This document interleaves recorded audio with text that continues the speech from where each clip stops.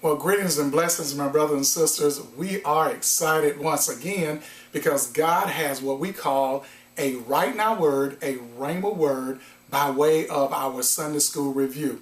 Our Sunday school lesson can actually be found in 1 Corinthians, the 13th chapter, verses 1 through 13, as it deals with love. Paul is addressing the importance of love in all that you do, all that you say, whatever gifts that you have, whatever talents that you have, whatever ministry that you have. Paul says if love is not connected to what you're doing, then all of your work is basically in vain. Let's look at what Paul is trying to convey to the church at Corinth. He was letting them know how dangerous it was to place high values over the wrong things. Paul insists that love must govern and exercise your gifts.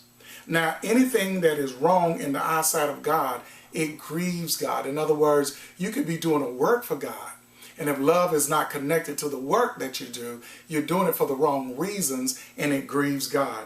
True love comes from God, is what Paul was trying to convey. And Paul was trying to let them know it's not about love versus gifts, but rather love suppresses all of your spiritual gifts. This is what Paul is saying to us. 3 points I would just like to leave with you is what Paul is saying to us today. First of all, verses 1 through 3 in this 13th chapter, Paul says love alone cost. It's going to cost you something. Love alone costs. And he says, and though I give my body to be burned and have not love, it profited me nothing. True love will cost you something. The second point Paul was trying to bring home is love alone wins. Love alone wins. For verses 4 through 7 says, believeth all things, hopeth all things, endureth all things. And Paul is trying to get us to see and others to see that if love suffers long, then at the end of the day, love alone wins. And finally, love alone lasts. Somebody say that with me. Love alone lasts.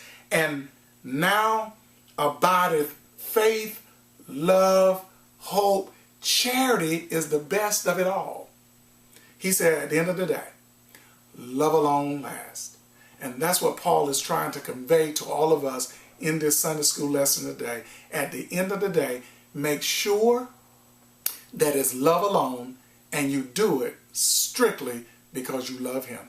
God bless you today.